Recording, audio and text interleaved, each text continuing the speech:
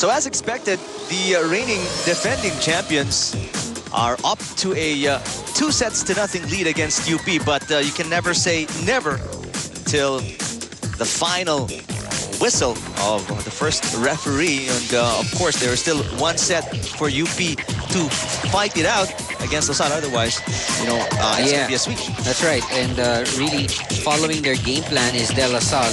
Except for a couple of errors we've seen from them in the service, in the reception, in the latter part. Of course, Southern Ramos with those good serves, probably 2 or 3, stringing 3 points in that second set. But still, De La Salle showing that they were in control midway. Of course, lumamang na ng malaki, as big as 10. And they control really that second set. Attack points, whoa. Surprisingly, it's not that huge of a difference. 11 to 10 in that department. 2 blocks for De La Salle, only 1 for UP. 5 service aces against only 2 for UP, and 4 unforced errors for De La Salle and 7 for UP. Really, Coach Ramil has given the other players a chance to play or log in their minutes for this match, and that's a huge advantage for Coach Ramil. Of course, importante rin for the other players to get a feel how it is, you know, playing on the Tara, playing up against or during a real UAAP game. Alam niyo, magagamit niya yung mga bunot na yan for those crucial matches. Of course, they're looking ahead for that championship match against whoever is going to be there up in the standings with them. So set number 3 just underway. All right, this is a 4-touch or net violation called on De La Salle.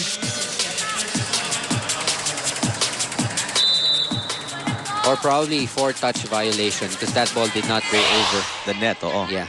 So 1-0 ang panimula dito ng UPS magtalas with a beautiful serve right there. Oh, medyo 2 touches. 2 touches, see? One of the hardest things to do if the ball is going so fast straight at you, and if you're the setter, and the timing has to be impeccable, and you really have to have strong fingers for you to avoid the 2-touch violation.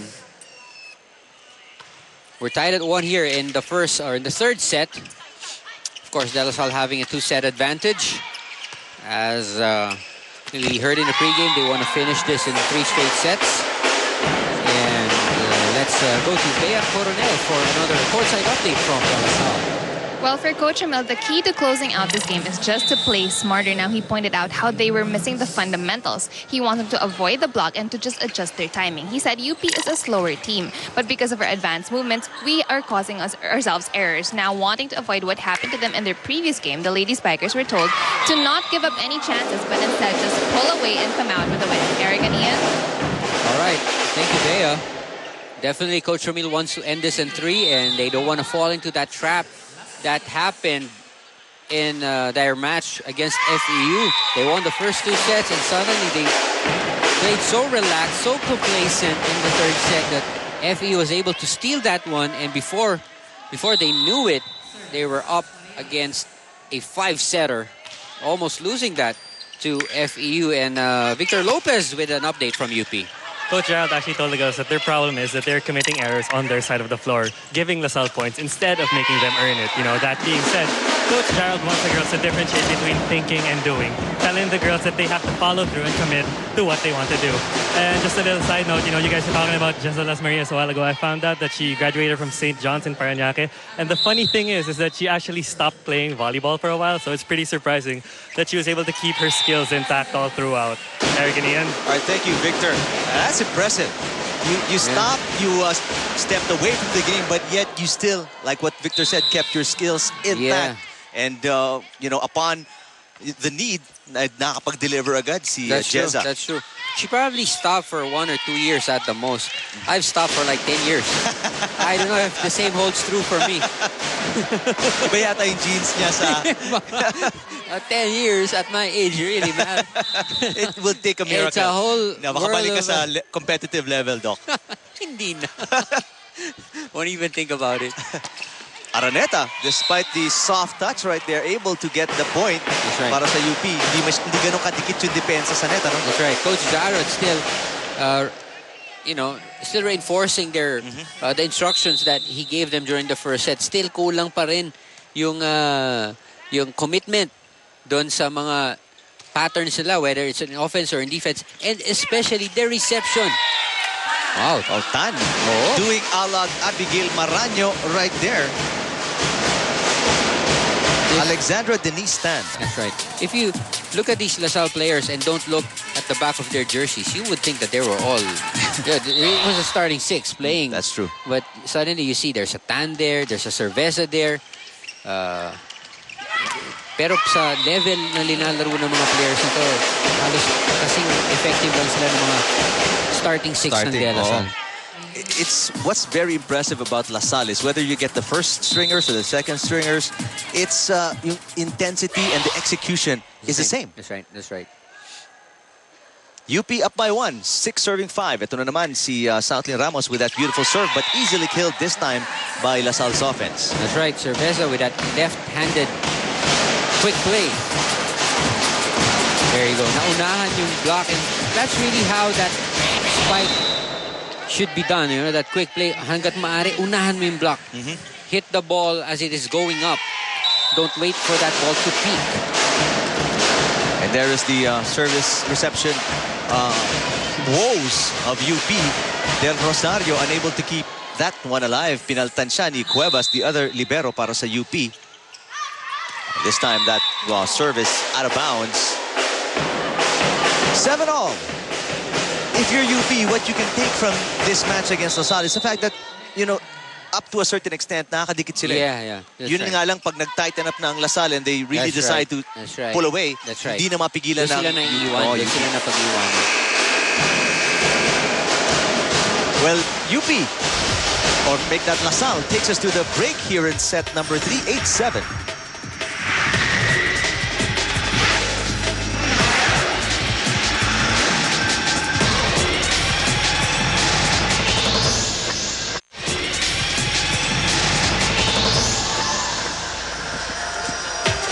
Another tight one in the early goings dito sa set number 3, 8-7 between LaSalle and UP. But LaSalle, one set away from closing this one out with 2 sets already in the bag.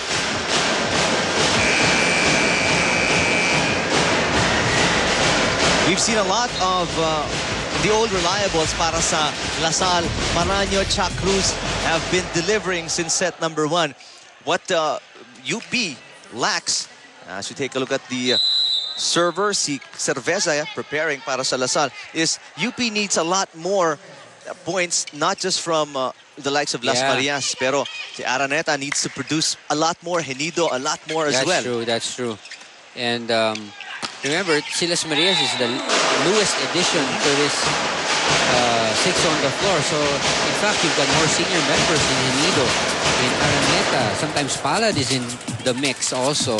So, dapat sila yung mas maging aggressive and really more determined to go up against this LaSalle front line. What a serve from Cerveza right there.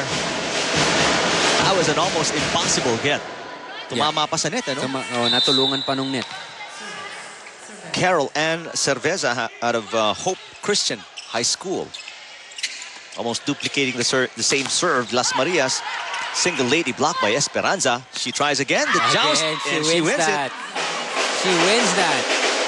And you've got to love the disposition ito ni Las Marias. Yes. UP's down 2-0.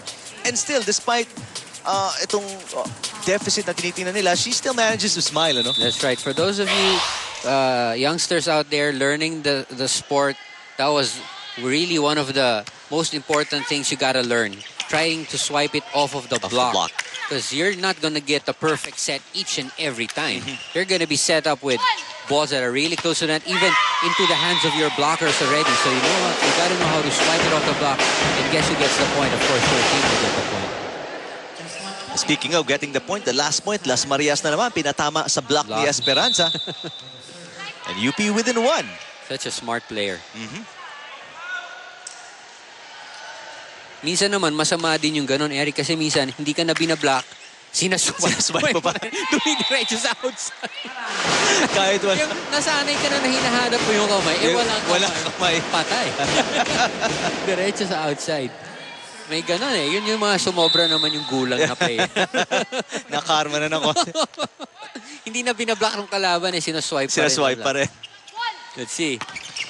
This time she gets blocked. Again, a tough set to get. Too close to the net. Masyado malapit na sa net, ano? And she was underneath the ball. So she wasn't really in a good position to swipe it off the block.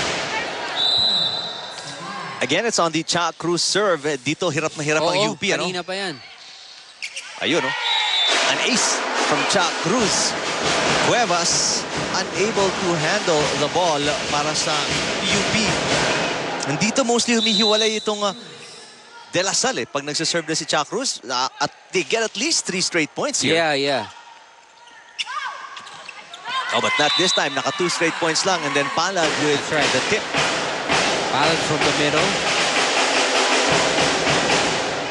Another tall player. There you go, avoiding the block of Abby.